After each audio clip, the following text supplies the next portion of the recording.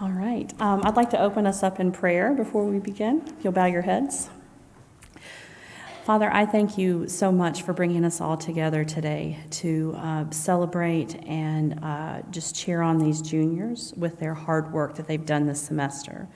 God, I pray that you would give them peace, that you would calm their nerves, and give them the confidence they need to present what they've worked so hard on. And I pray that through all of this that they glorify you in the process. We ask all of this in your name. Amen. Good afternoon. I would like to thank you all for coming today to support this junior class. Because of time, I'm going to try to keep my part up here short and sweet for you. This year, we decided to bring back the junior thesis presentations as a way to help better prepare them for next year's senior presentations.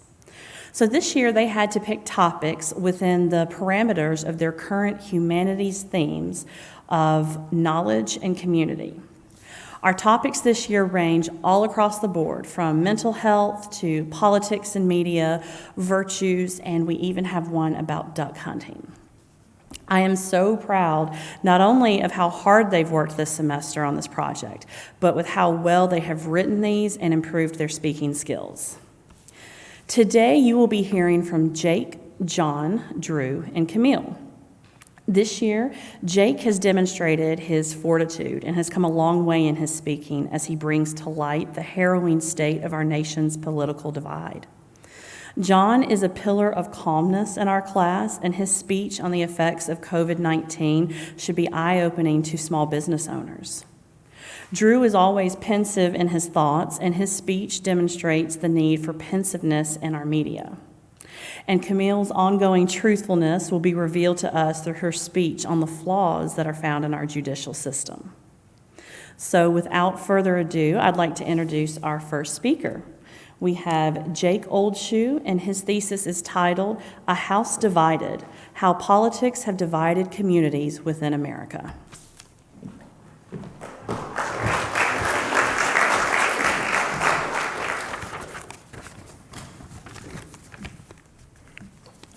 Missoula, Montana, a quaint mountain city of 66,000 located within the Montana Rockies. No major event has ever happened in Missoula, but perhaps that's part of this city's problem.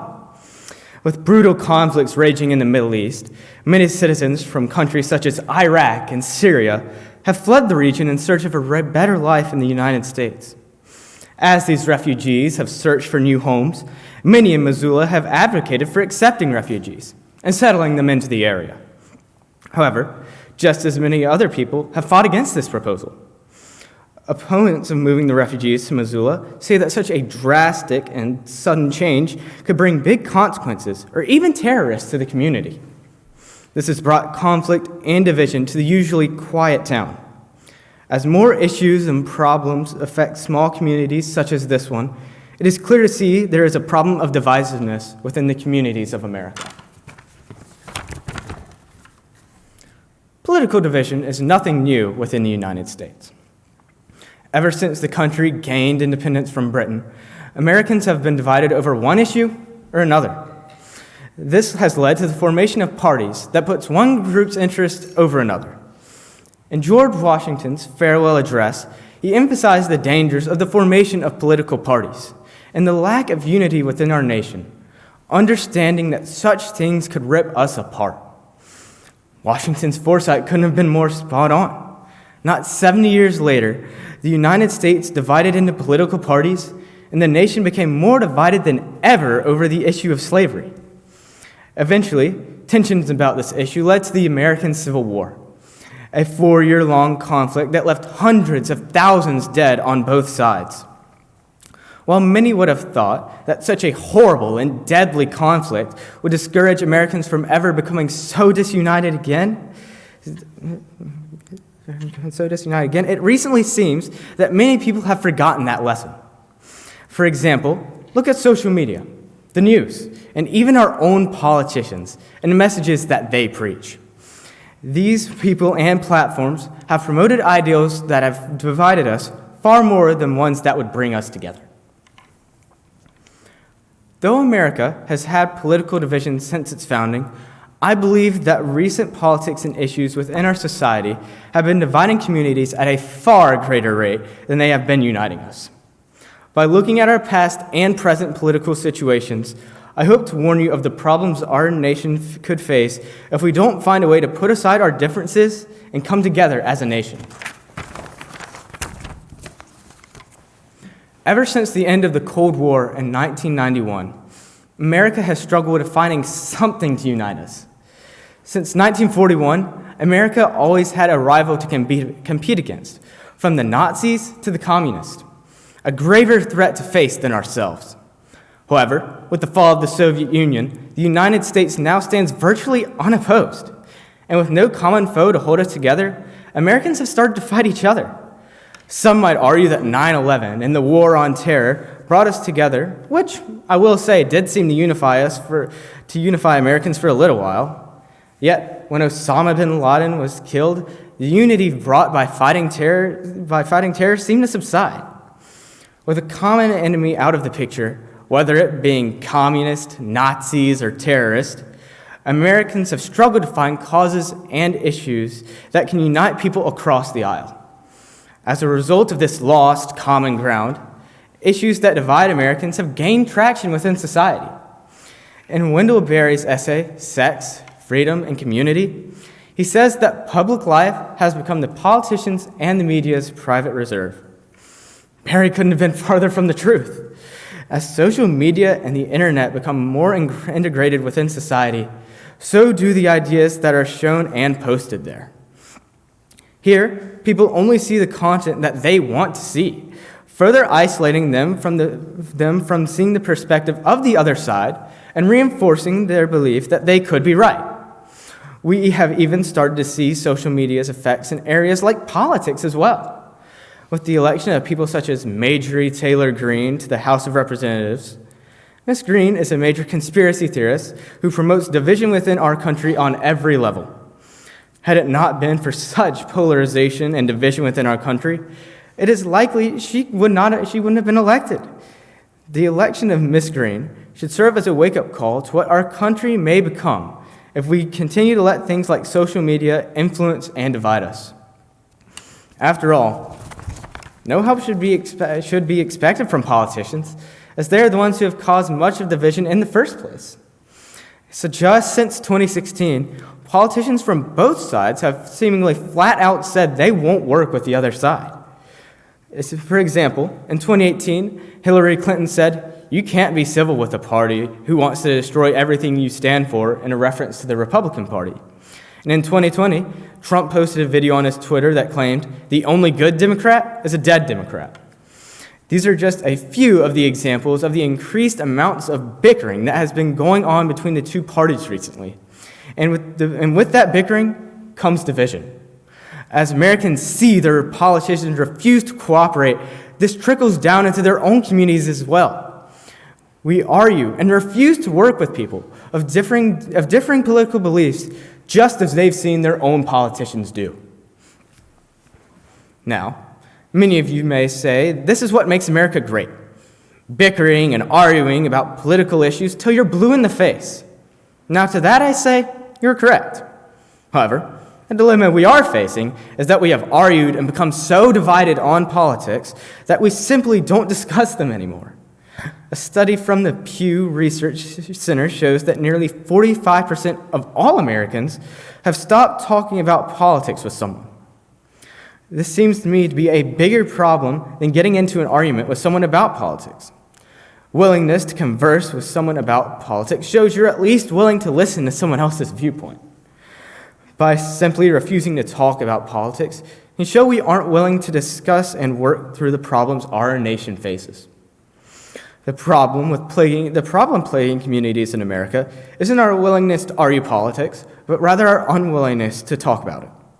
Another thing someone may ask is, isn't this just how living in a free society goes? Aren't we going to have our ups and our downs, and living in a country where you can express yourself? To which I tell them, yes, but recent influences and innovations have made this time different than the others. When we had political divisions in the past, it took longer for many to find out information on an issue. which in turn gave them more time to think and research the topic that was at hand. However, nowadays, with 24/7 news and the social media, you can get details on an event as it's happening.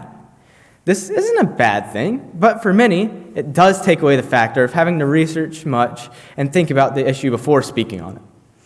This leads to letting someone else tell us the facts instead of finding them ourselves. This in turn leads to less critical thinking on issues and results in more blind loyalty to a party as the party tells them what they want to hear, eventually causing one to put party over country. In the past, when we were divided, we at least educated ourselves and thought critically about issues before we spoke on them. Nowadays, with such quick access to current events at the tips of our fingers, we seldom take the time to think about an issue before we speak about it.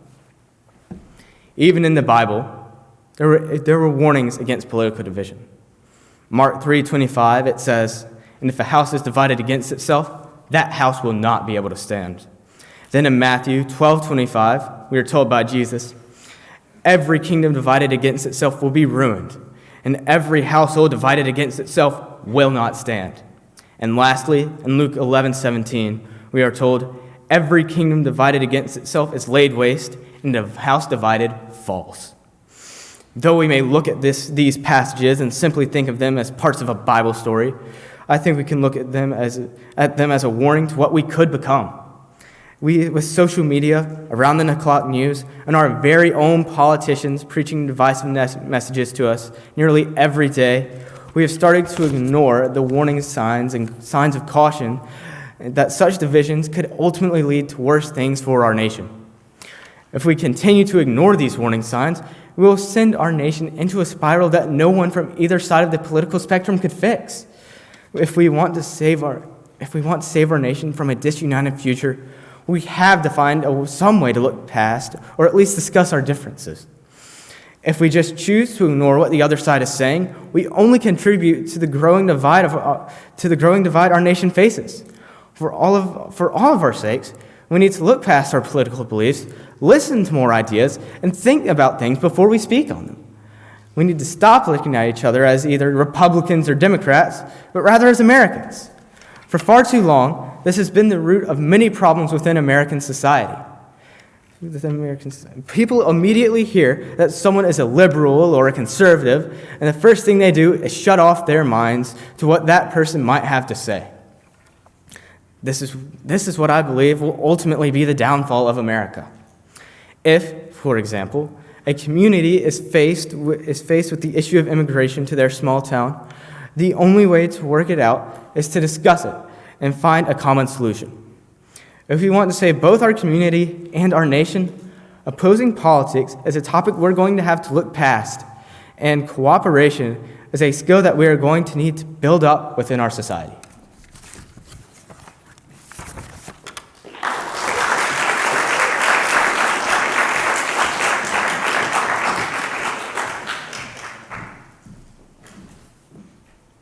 Next, we have John French, and his thesis is titled COVID-19, The Way Small Businesses and Communities Have Been Impacted.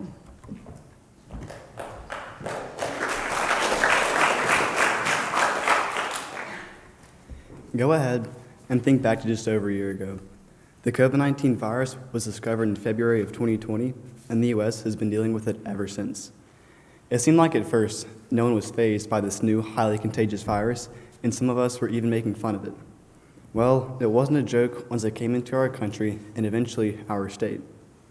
Within a month of the presence of this virus, America was put into quarantine, which greatly affected our schools, work, and social life. Students around the country had to make the harsh transition from in-person school to online school.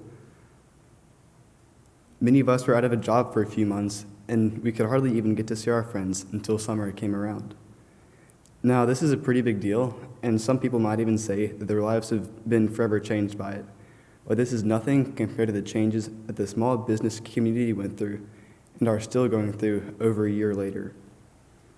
Soon after the discovery of this virus, the U.S. was put into a mandatory lockdown. Many of us remember the impact of the lockdown on our school systems and social life. But what many of us didn't see was the impact it had on our small, local businesses. Since this mandatory lockdown in March of 2020, millions of stores and businesses were forced to shut down. Big chains like Walmart and Target remained unaffected by the lockdown, but your local corner stores and family-owned restaurants were not as lucky. These small businesses were heavily impacted by the lockdown due to factors such as lack of employment and a decrease in customers. Unemployment rates jumped up to 15%, a level not seen since the stock market crash of 1930, where 25% of all Americans were unemployed. As a result of this mass unemployment, these businesses had no other option but to close, and many of which were not able to open back up later on. Ever since the outbreak, small businesses have been suffering, and some have even had to close for good. The COVID-19 shutdown has negatively affected small business communities, as small local stores went out of business, mental health of business owners decreased, and communities within these stores were weakened. With reports and statistics recorded during the shutdown, I will prove how bad these small businesses had suffered, then propose a solution that could have drastically reduced the number of small businesses that were forced to close. One of the main ways that the COVID-19 shutdown has negatively affected small businesses is through the amount of stores that went out of business during the shutdown. According to the proceedings of the National Academy of Science, in the first 3 months of the pandemic alone, 22% of all local businesses in the average town were forced to close, and 43% of local businesses were forced to close in bigger cities. The Mid-Atlantic region of the U.S. is a great example of this, as it holds multiple big cities like New York and Manhattan. The small businesses of these cities strongly rely on the citizens to keep them in business, but with most of the population staying inside, no one was out buying anything or eating anywhere, and thus these businesses weren't making any money. This amount of closed businesses was at an all-time low in over 100 years, as 10 to 20% of businesses were forced to close during the Spanish flu in 1918, and 22% were forced to close during the pandemic of 2020. The first 3 months of the pandemic proved tough for small businesses, and only 1% more of these businesses were forced to close in the later summer months. According to the National Bureau of Economic Research, 23% of businesses were forced to close, and 6% of these businesses had to close for good. Now, if this record number of small businesses seems bad enough, think of the business owners and what they are going through. The COVID-19 shutdown has not only negatively affected small businesses, but also small business owners. Business owners already have a lot on their plate. They keep track of employees, customers, money, and much more, all while keeping their business running. Along with financial insecurity, health concerns, and feelings of isolation that can come from the shutdown, business owners can be put under a lot of stress. A Canadian mental health study found that 62% of business owners felt depressed at least once a week, and 54% said that stress impacted their level of concentration at work. And lastly, communities have ultimately been affected by this shutdown. These small businesses are a commonplace for friends and family, and with these kinds of places shut down, there's no way for people to socialize and interact with one another. For example, you can't celebrate your friend's birthday at their favorite restaurant. You can't watch a baseball game with your grandparents and cousins. You can't fellowship with new people at your church. And when people are restricted from seeing one another, it can negatively affect them and the people around them. Even just running into your friend can change your attitude. For example, in Chapter 8 of The Adventures of Huckleberry Finn, Huck finds his good buddy Jim after being alone on an island for 3 days. When Huck found his good friend Jim, he said, "I bet I was glad to see him. I was ever so glad to see Jim. I weren't lonesome now." And after Huck had found Jim, they became even better friends than they were before, as they stuck together and looked out for each other for the rest of the story. This interaction between Huck and Jim just goes to show that when a person has been without other people to be around and socialize with, just the slightest interaction can help the most. And Proverbs 27:17 even says, "Iron sharpens iron, and one man sharpens another." There are so many factors that have led to these businesses having to close that there could at least be a couple ways that could have stayed open, right? Like, what if these small businesses strictly enforce social distancing rules, or required all customers to wear a mask while inside? That's what big chains like Walmart and Target did, and they still managed to stay open throughout the pandemic. Well, it's not that simple. This virus was so new at the time that the CDC hadn't released any social distancing guidelines, and hardly anyone even owned a mask. Also, these small local businesses only have a small array of customers, while bigger ones, like Walmart, essentially have the whole town's business. These large chains also have the option of online shopping and curbside pickup, which offered shoppers with a safer way to get groceries and other essential items, while local stores hardly even have a social media. So, even if small local businesses wanted to stay open during the midst of the pandemic, they wouldn't have been able to, as they essentially had all odds against them. Throughout the spring of 2020, the COVID-19 pandemic has negatively affected small businesses, and just some of the changes that these businesses had to endure included a great decrease in customers, which forced these businesses to close. The mental health of small business owners declined as they dealt with stress, isolation, and depression due to factors such as quarantine, lack of employees, and financial insecurity. And lastly, the communities that once existed within these small businesses were ultimately affected, as friends and family could not utilize them for fellowship and spending quality time with one another due to the business closures. Local stores that had been family-owned for generations were forced to close, and some were not even able to open back up. These small businesses were a commonplace for friends and family, and even strangers who shared the same passions and interests. And when these locations closed and the U.S. government forced the shutdown, the people that once bonded and spent time together at such places couldn't see each other anymore. This, in turn, can make one feel isolated, depressed, and stressed out. This reminds me of a scene from the Scarlet Letter by Nathaniel Hawthorne. The main character, Hester, had committed adultery in an extremely Puritan society, and the priest then punished her by publicly shaming her in front of the whole community and made her wear the Scarlet Letter so that everyone would know what she had done. Hester then isolates herself by living on the outskirts of the city in an abandoned hut. And in chapter 5, Hawthorne says, Hester, therefore, did not flee. On the outskirts of the town, with the verge of the peninsula, but not in close vicinity to any other habitation, and there was a small thatched cottage. Lonely as was Hester's situation, and without a friend on earth who dared to show himself, she, however, incurred no risk of want.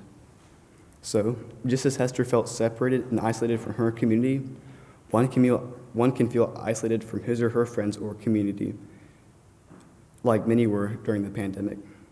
It can cause them to feel lonely, depressed, and ostracized, which can negatively affect one's mental health.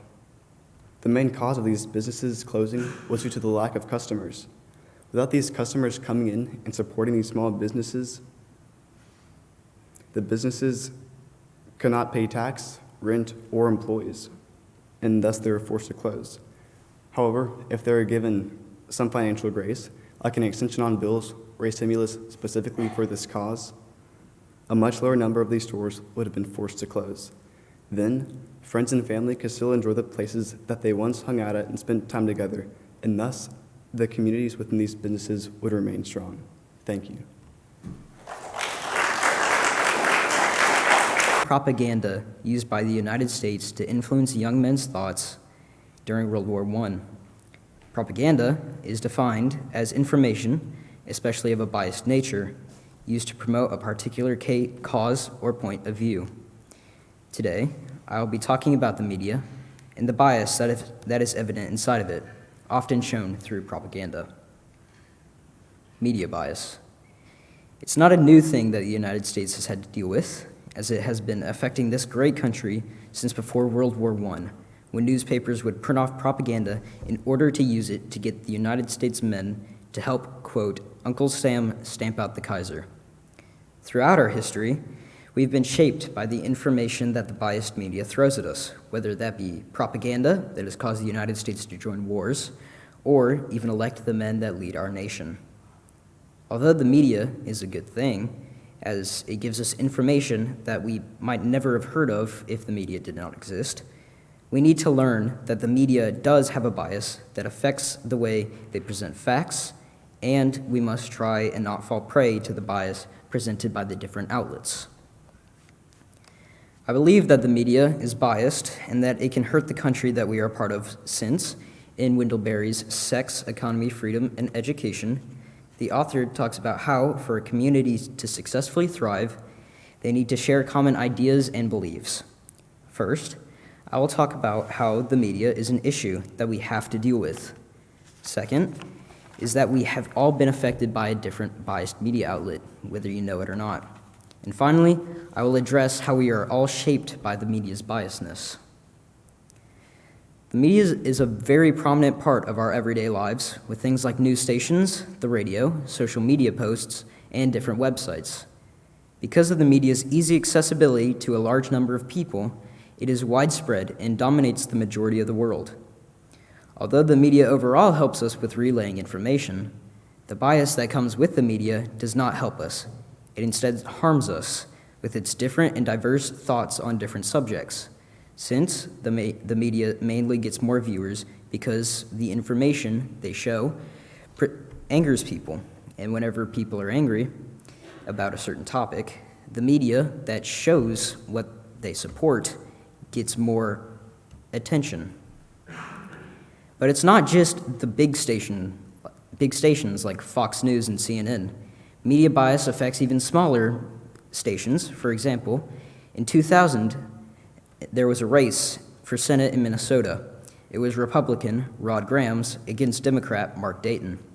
The two main papers in Minnesota, the Star Tribune and St. Paul Pioneer Press, seem to have not shown any slant towards either of the candidates, with amounts spoken about the two, but in a study conducted by James Druckmann and Michael Parkin, there was a clear difference when it comes to the amount of positive comments for each.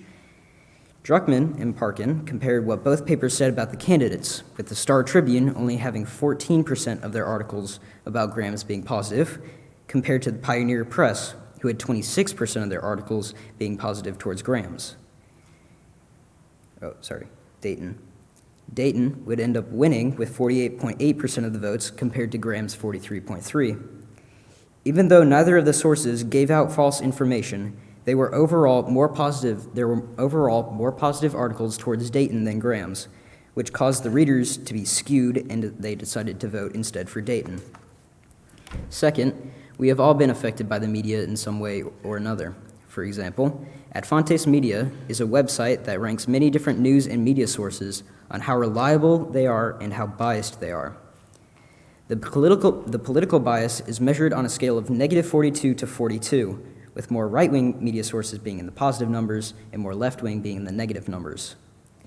There is also a reliability scale, which goes from 0 to 64.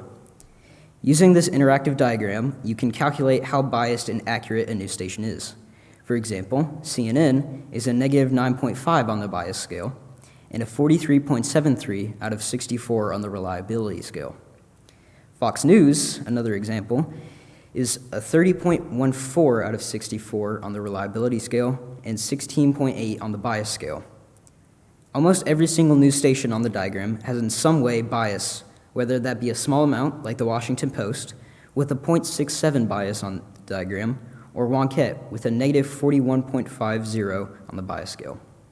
Some ask, why does it matter if the news is biased? Just watch another media source for your information.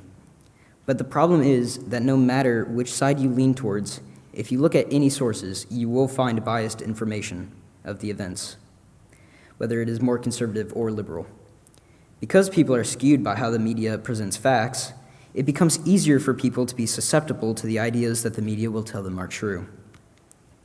Finally, there is the fact that we have all been shaped by the media in one way or another. For example, in 2013, a mass bombing occurred at the annual Boston Marathon, killing 3 people in the explosion. The following years, the media showed extremely graphic coverage, including footage of the detonation, and showed images of the street covered in blood. Around the same time, Alison Hallman was working on a psychological study whenever the bombing occurred, so she decided to see if the data that they had already collected about some people's mental health had changed. They looked at the mental health of those who had actually been at the bombing, and their mental health changed, but it had not changed as drastically as those who had seen coverage of it on the news. The people that had consumed around 6 hours of media coverage had their mental health shaped by the media and everything that they had said and shown. 3 points that I will combat are the belief that the media is fine as long as it is mostly made up of facts. The media and the bias that exists in the media does not harm us, and that bias is good, it just needs to be labeled and understood. First, according to The Guardian's Nathan Robinson, who made an article called "Media Bias is Okay if It's Honest," talks about how some sides will call out people without fact-checking because they don't agree with someone's ideas, and it doesn't matter if there is media bias. It just has to be facts that they present. For example, The Washington Post slammed Donald Trump for saying that millions of non-citizens voted illegally in the 2016 election. But, come to find out, The Washington Post did not realize that they had already written an article agreeing with Trump's claim. They were so sure that he had lied about the fact that they didn't even try and fact-check his own claim. Second, according to The Conversation's Marjorie Hershey, media bias does not threaten the idea of democracy.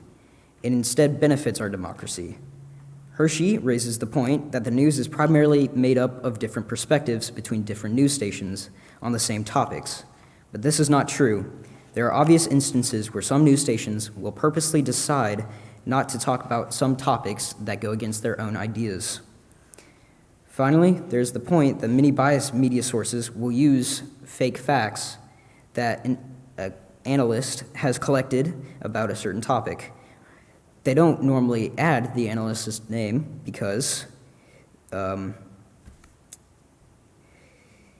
that people will just believe the statistics that they present, whether without credibility to that analyst. Although there is bias that exists and it is used by the media, the bias does not help us.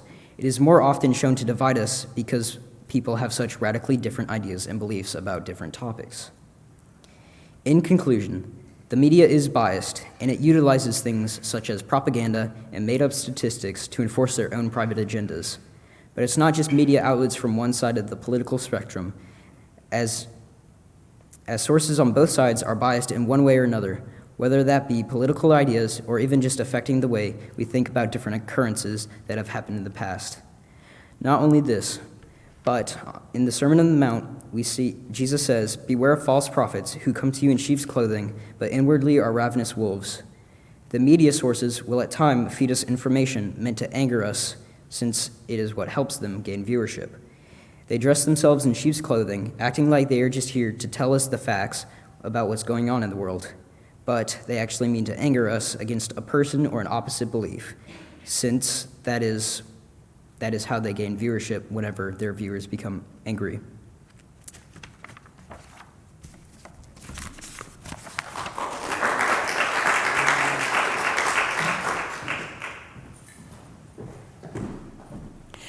Okay, and now we have Camille O'Neill, who is presenting on the hidden dangers of judicial activism.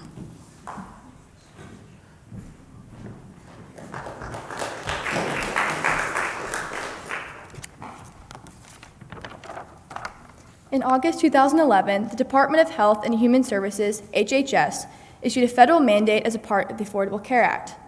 The mandate required employers to provide all FDA-approved contraceptives in their health insurance plans.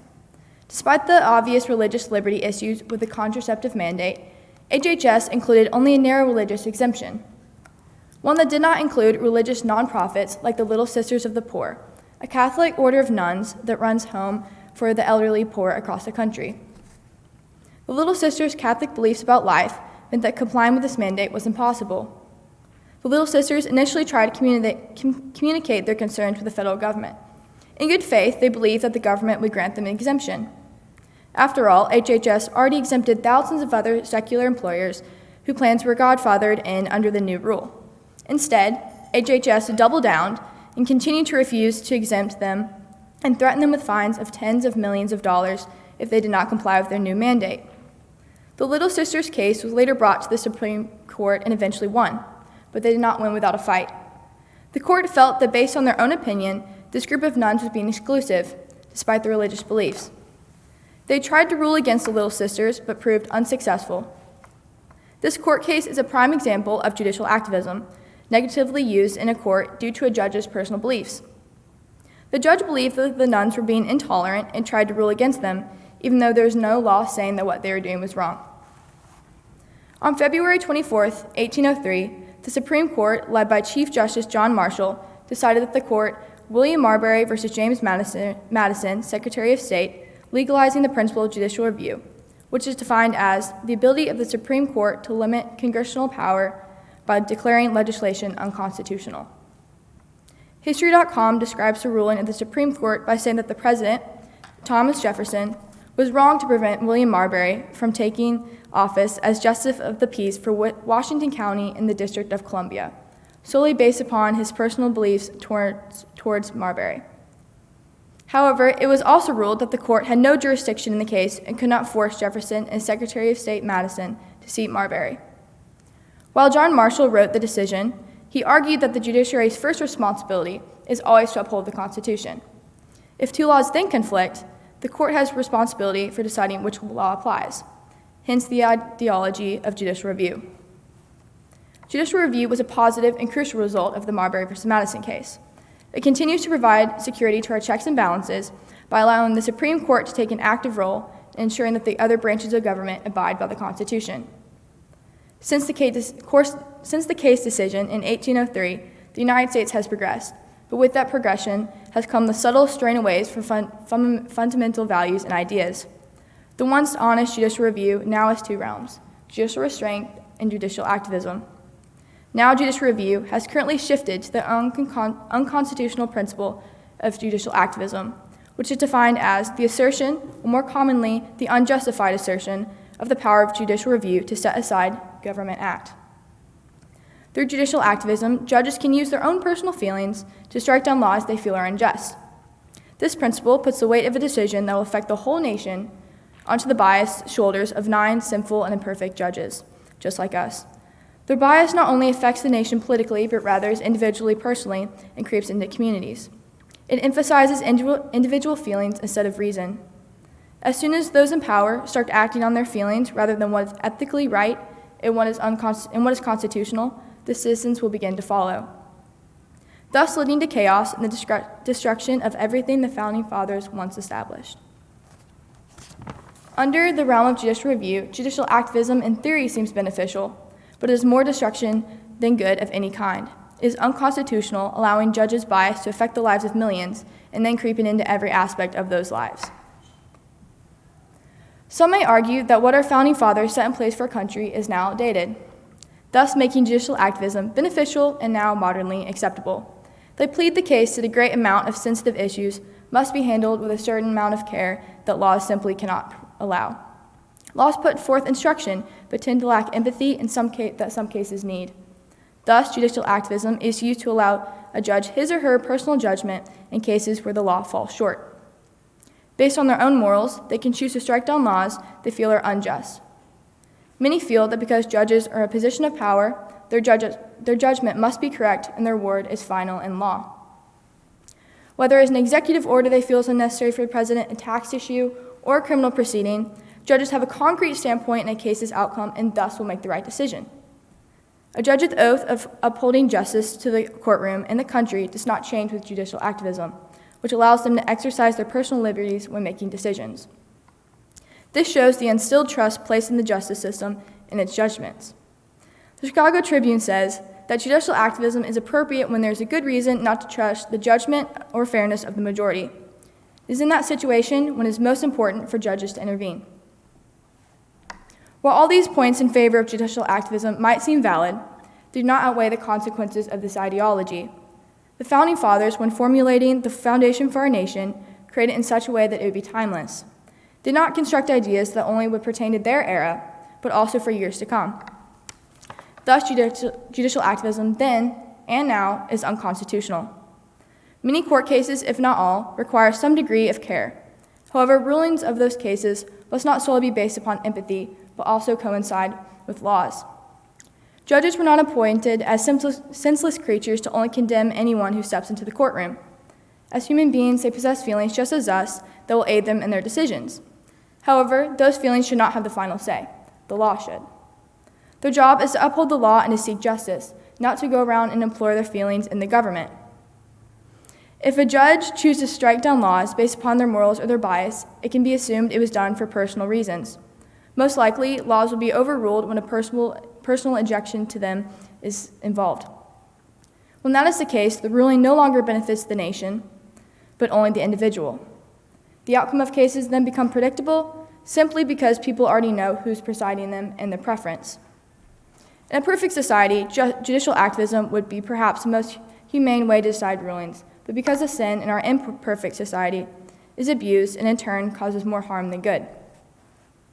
Marbury v. Madison's original intent for judicial review in the U.S. government was that the actions of the executive and legislative branches of government were subject to review and possible invalidation by the judiciary. It allowed the Supreme Court to take an active role in ensuring that the other branches of government abide by the Constitution. It later expanded into the courtroom and granted judges the right to overturn a court decision by declaring it unconstitutional. Once judicial review entered the courtroom, the line of subjectivity was blurred, along with cause to overturn a ruling. From that blurred line came judicial activism. The United States Court Code of Conduct for Judges states that the duty of judicial office take precedence over all other activities. The judge should perform those duties with respect for others. It should not engage in behavior that is harassing, abusive, prejudiced, or most importantly, not biased. When judicial activism is used, the judge is using his or her position as an active platform for their bias. Decisions made with judicial activism not only affect those on a political level, but also creeps into people's personal lives and their communities. Judges' rulings will affect the lives of millions and should not rest on their subjective feelings. This is not to suggest judges must stay stone cold in their decisions, but rather not be ultimately dependent on feelings. Laws are set in place to guide judiciaries just as much as they are to guide us, the civilians. When deciding whether or not a court case is just, judges must look to laws for guidance and let their personal feelings take a back seat. Exodus 23, 1-3 says, "Do not spread false reports. Do not help a guilty person by being a malice witness. Do not follow the crowd in doing wrong. When you give a testimony in a lawsuit, do not pervert justice by siding with the crowd. And do not show favoritism to a poor person in a lawsuit." The Bible explicitly commands those in position of judgment to not show favoritism or bias in court, even if they are tempted to show pity.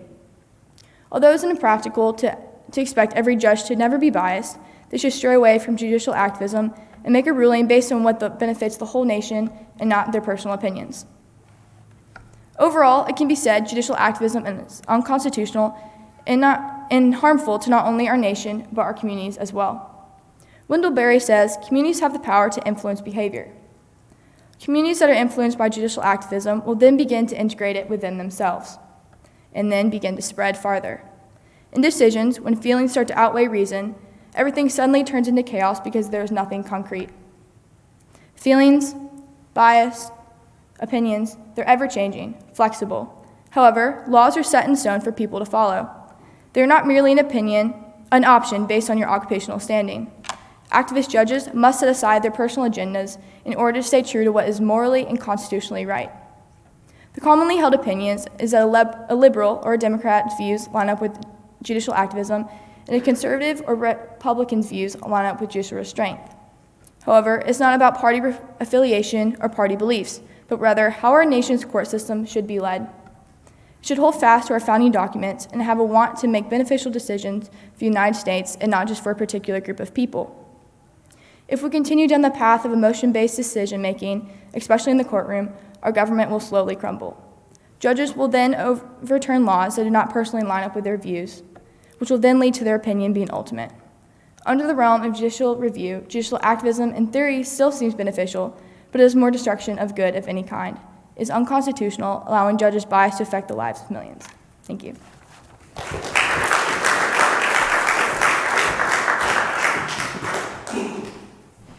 Let's give these students another round of applause.